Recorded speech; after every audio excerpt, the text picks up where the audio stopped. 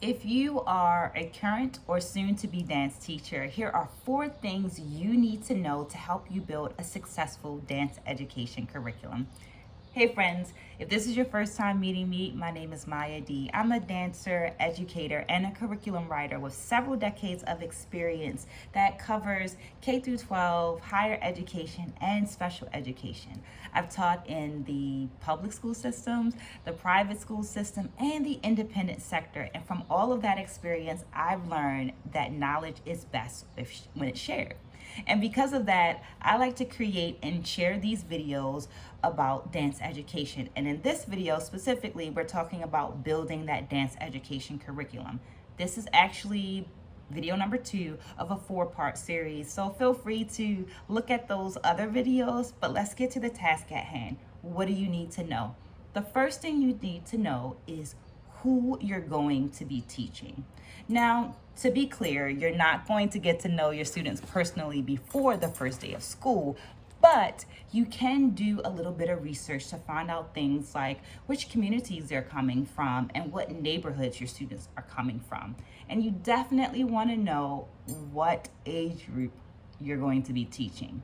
Now, that seems really simple, but to be clear, sometimes the simple approach is the best approach to being successful. And the second thing you need to know are your standards. There are district standards, there are regional standards, and there are national standards that are specific to dance and sometimes more broadly specific to that age group or that grade level. Now, these standards are going to be a mandate. They're going to be a guidelines for what you need to teach in that academic setting, which can be a little different from what we've experienced when we're teaching in a private studio setting.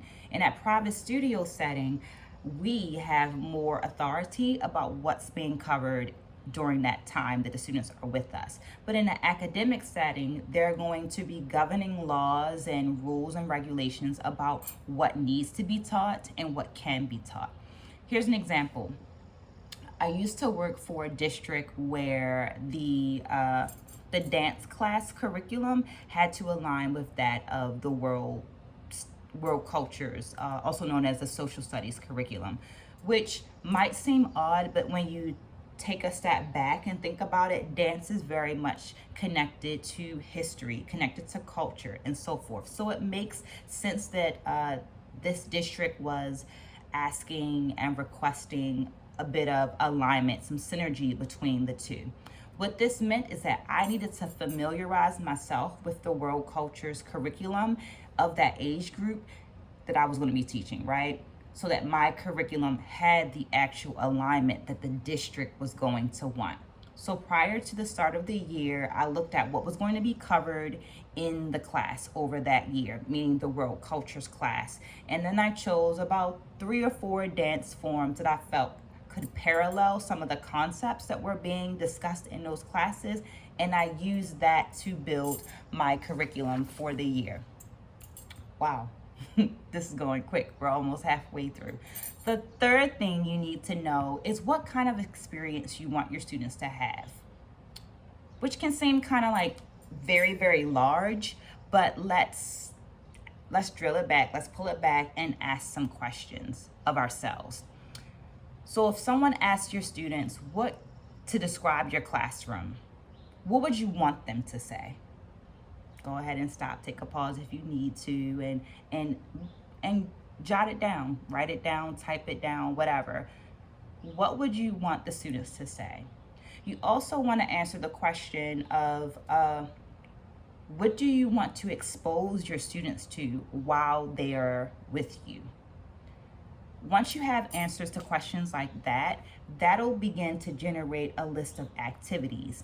And from that list of activities, you're then going to plug it into the lesson plans that you're going to need for the school year. Because yes, in an academic setting, there is a requirement to have lesson plans. And depending on where you're working, your supervisor might request a copy of those lesson plans at any point prior to you teaching the class, after you taught the class, whenever. So you want to have those lesson plans with those activities and everything in them. And last but not least, you want to know the definition of inclusivity. Now, I'm a foodie, so get ready for some food references. If diversity is inviting different types of people to your dinner party, then inclusivity means that you are asking your guest for their food preferences, for their allergies, if they have any taboos around food, and you're making it so that the food selection, is reflective of the people that are attending your food party. We want our students to feel seen, heard, appreciated, valued, and respected in our classroom.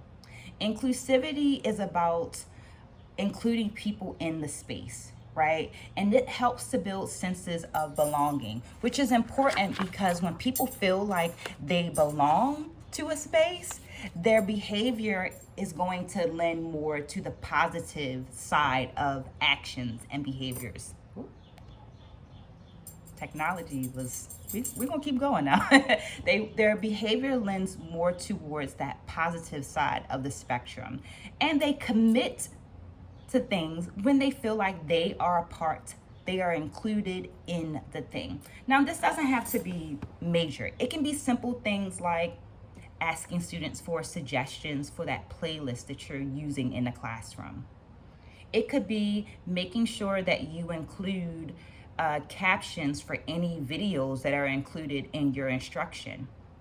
It could be making sure not to schedule major rehearsals, performances, projects around holidays or activities that your student population is going to acknowledge, honor, and want to participate in. I truly believe that dance and education are spaces for unlimited growth. And in order to build that successful classroom educational process, that curriculum, you want to know those four things: the demographics of the students that you're going to be working with, because this will tell you how you want to and what you want to teach and how you want to engage with them. You need to know what's mandated for you to teach, because that tells you what to teach.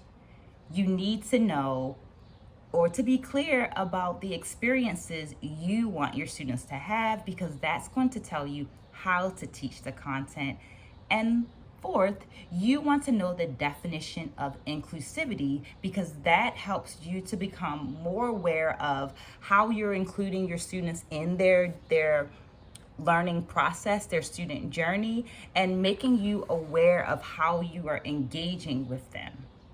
Sharing is caring, and I want to continue to share my knowledge and my experiences with you. So remember to leave your thoughts, your comments, and your questions in that comment section below, or just an apple, so that I know that you're here with me.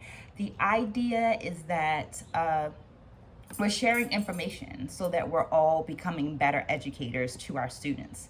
This also helps me to generate ideas for topics of up and coming videos, so that these videos are relative to our actual interests and concerns. This was video 2 of the 4-part series. Check out the other videos and the resources included in the details for this video, including a link to my 10 best practices, my ebook called Dancing Toward Mindfulness and Inclusivity. Spread a good word, and I'll see you again soon. Take care.